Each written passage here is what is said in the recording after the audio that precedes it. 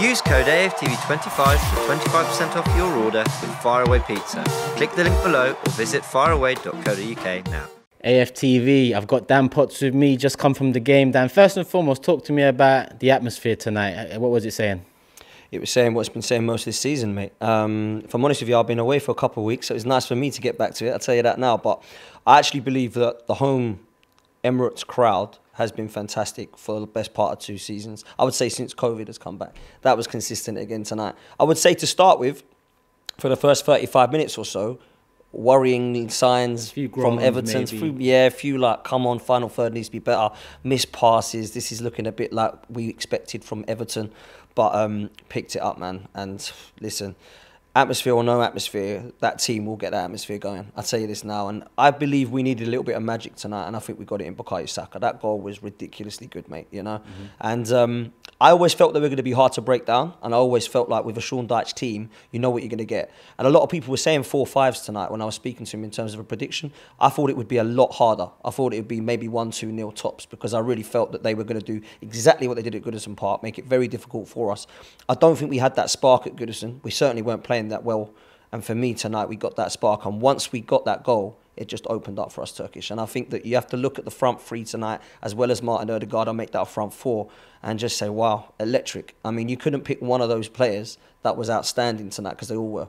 For me, it's really shown that we have such a young, vibrant side. And when they all interlink, it's so absolute delight to watch. That second half was brilliant to watch. It was even better when Thomas Partey come on.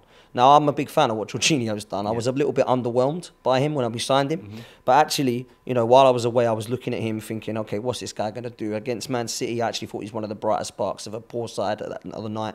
I looked at the Leicester game, I thought he was sensational. Against Aston Villa, the goal helped, but he also had a good performance. And tonight, there was a few misplaced passes, but I didn't look at his performance and go, you need to get off, you're not good enough. But when Partey come on, you just see the golfing class, man. He is so good, mate. It's ridiculous how good this guy is. People talk about how important Casemiro is for Manchester United. I'm saying it right now, this guy's as important for Arsenal. Whenever we play that trio in midfield, it looks like we're going to win the game. And tonight, I have to say that it's very hard to pick a man of the match, Turkish. It really was. Yeah, I can't lie to you. It is. I've asked a few people, did differing opinions. I've heard Gabriel, I've heard Martinelli, I've heard Thomas Partey, who came on and dominated the midfield in the second half. But what that win does is put us 5 clear of Manchester City in, you know, the title race. How are you feeling about that cushion now? We've got very winnable games we should be winning coming up before the international break. Are you confident of winning the league this year? Yeah, I am, and I'll tell you why I am. I said earlier on in the season that everything that was done off the pitch is now starting to show on it. We've gone past that stage now. We've already shown that we're good enough on it. It's about the consistency now. And I think we are winning games, in my opinion, this season that I went into last season thinking, not sure if we're going to get 3 points here. I would have gone into Leicester and Villa last season thinking, not sure if we're going to win here. I went in there comfortable. And I'm thinking, why am I comfortable? It's because of the team. It's showing me that it's good enough now. And I think what we saw today, with Jesus still to come back, with Partey still to come back into this side, we've actually got some players to bring on now. You know, Vieira's coming on, Smith Rowe's coming on, Tomiyasu didn't even come on, Tierney's coming on. We're still short, in my opinion, and we'll see that in the summer. We can't do anything about that now. But actually, that fills me with a little bit of confidence now that we can actually, if things aren't quite right, we can do something about it. And I think that we were lacking a plan B earlier in the season, definitely were last season. At the moment, Mikel Arteta needs to decide if he wants to make plan A better or bring on a plan B option.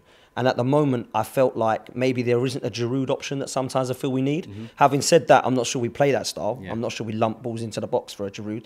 But I do think there's some options now with Trossard coming into the mix, Smith Rowe coming back into it as well, Vieira coming on today and looks to be getting a little bit better with his performances, in my opinion, from what I've seen of late. At fullback, we're really strong. So we're starting to look at all these pieces now, and I don't look at many of these players at the moment, Turkish, and go, it's a shame he's coming on, he's a bit of a weak link. I'm not really sure about him in the tunnel, I'm not too sure I want to see him today. How long ago was it when we were going Bellerin, I don't want to see him, Mustafi, Socrates, David Luiz even. Now I'm not saying that. So I think it's just a massive amount of credit goes to what Mikel Arteta and Edu have done in terms of the recruitment, and everything off the pitch is now starting on of it. So you asked me the question, do I think we can do it? Yes, I think we can. And if you was to ask me to put money on it, I would put it on Arsenal right now to win the league. I really would, man. And listen, you talked about a humble pie in the oven towards the end of last season, you know, when we was going for top 4. I think it stayed in the oven, having missed out on top 4. But is that pie well and truly eaten now, or are you still waiting a few weeks and months to see how the league ends? I went back in the freezer, bro, when we come 5th. I ain't gonna lie to you. But I think for me, I'm more than happy to eat humble pie about how I didn't believe in this process. More than happy to accept that. I think I did say it was going to take too long. I didn't want to wait the 4 or 5 years. Now we've got to that, I can forget about it because we're here. We're in the here and now. And looking back, you can see what it is that we have done. There's a lot of work I've already praised off the pitch that's now looking on it. I always look at results business. It's like what Potter's doing at Chelsea. Yeah, what do you do now? Is that a process? Are they going to just pull the plug and get rid of him, or are they going to stick with him? It'd be interesting to see what they do to what we didn't do. Do you know what I'm saying? So I think when you look at it now, yeah, I can eat humble pie about what I believed in Kroenke, Arteta, Edu, blah blah blah in terms of a process. I wanted to be in a title challenge, mate, and that's where we are right now. I was never annoyed because we didn't get top 4. I was never annoyed because, you know, Europa League, we didn't manage to win it. I want to win a league. I'm not interested in trying to scrape into the top 4 in the last game. For me, it's always been the standard to put ourselves in a title race. That's what we're doing right now. I never saw it coming, Turkish. I never believed this would be the case. If you would have said to me, like, even 5 games in, I said to Cecil, I think we'll win our first 5 games. I never thought that meant we were in a title race. Well, yeah. I never thought that meant we were in a title race. You would put me in March 5 points clear. Are you mad? I would have said you're nuts. Absolute bonkers, right? So I look at it now and I think, yeah, win that title, I'll eat as much humble pie as you need to give me, right? But for me, it's about being where I believe the standards of this football club should be. And it's always been at the top. I've never looked at trying to scrape in the top 4. That's why I still don't sing the Champions League song. We've got Super Mick Arteta. Unless the lyrics change to Arsenal going to win the Premier League, I'll be singing it. Because that's what I sing. Yeah. Everyone else is still talking about getting the Champions League's done, man. If we don't get the Champions League this year, something's gone wrong. Yeah? Well, so stop singing, we're going to make it to the Champions League. We're done. Change the lyrics to Premier League, man. Raise the standards of the football club. That's always what I wanted. That's always why I've been frustrated with Kroenke. Oh, well, they're in the Champions League, leave it. Let's get us to the top, man. And that's where we're at right now. So if we stay there, which I think we will do, and we get to May, and we're in this title challenge, anyone wants to feed me a humble pie, even though I don't really need it, I'll 100% take it, man. Listen, save me a slice because it's going to be sweet. I can't even lie to you. Thank you, Dan. Nice one, bro. Shop for AFTV merch at shop.aftv.co.uk. Subscribe to us on YouTube.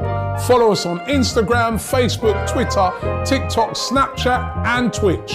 We've got content for every platform, so check it out.